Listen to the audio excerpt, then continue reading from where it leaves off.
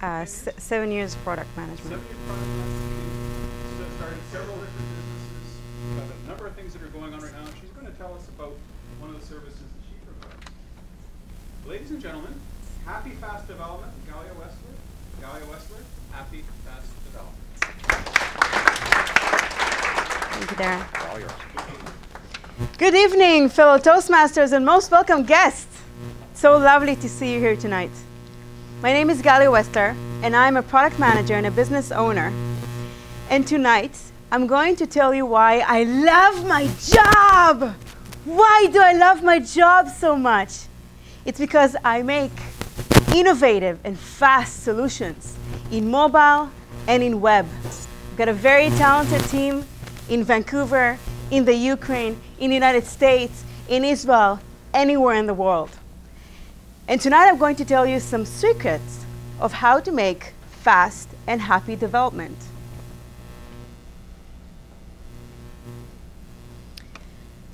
So my question to you, how do you think we were able to make 25 new projects within 1.5 years? Anybody have any idea? Hard work. Hard work? Project management approach. Very good. That's right, overtime. As I speak right now, my developers are still working. But this is work as well. I get inspired by my clients. I get inspired by my business stakeholders. Because I look at the problem that they raise in front of me, and I can already see the solution. I need one meeting, and I have a vision in my head. In my head, the project is already done. We sit down, and we elicit all of the different requirements. What are your dreams? What are you looking for? And it's already built, and you don't even know it yet. But I know it. So what happens after vision? What about resources? If you don't want to hire employees, if you want to work only with contractors, outsource might be your answer. When you outsource, you've got an option to ramp up and down in the different development resources.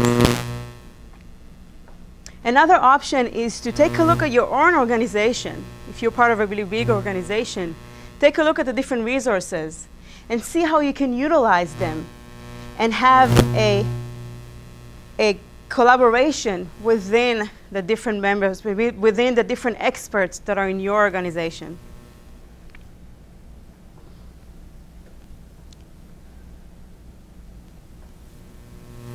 So we have resources, we have a vision, we now have 30 people in our group. What a mess!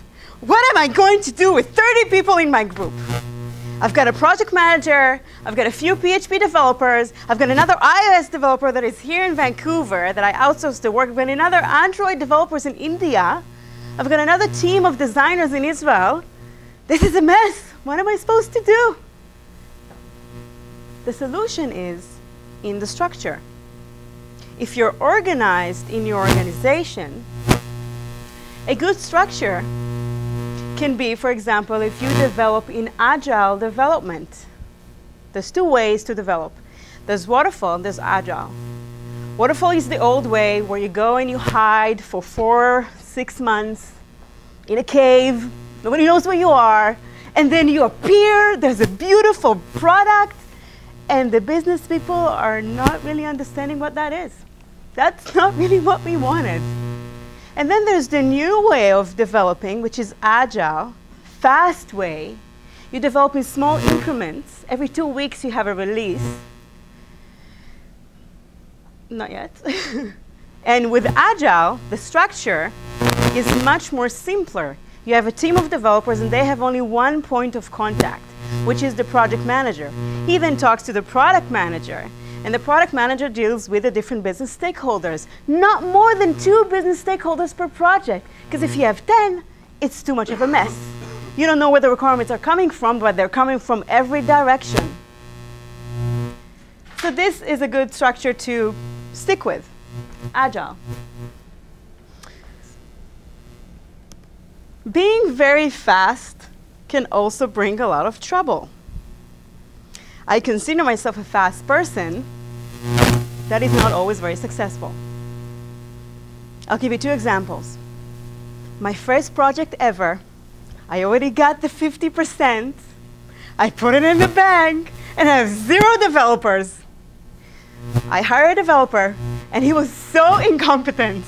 He didn't deliver anything.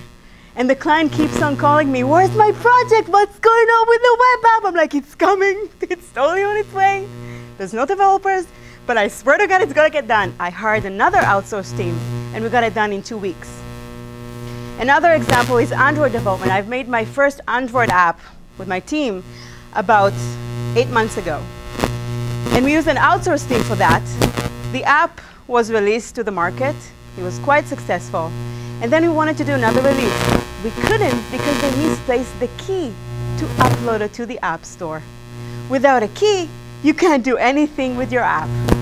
So even until today, there is no key. And now we're going to launch a brand new app.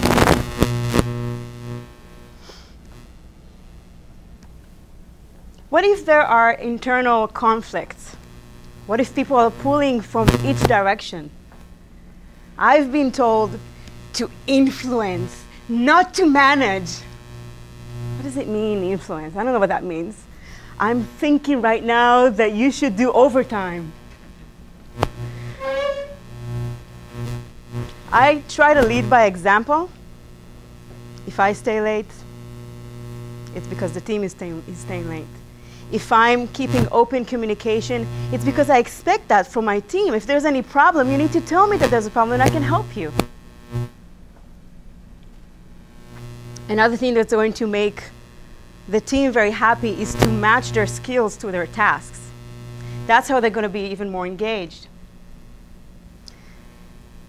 Allow them to have a comfortable environment. They can work wherever they want. We live in the web world. In the mobile world, I can take my laptop to the sea and work from the middle of the sea as long as there's Wi-Fi. And to summarize, happy fast development is when you have clear vision, you're happy and creative, and you've got passion. You're very productive, and you keep open communication with one point of contact. And I'm just going to end, if you don't mind, with a sentence from my mentor, which is my dad. Life is like a centrifuge. Rapid changes can benefit the fast thinkers. All the rest are on the edges. Thank you.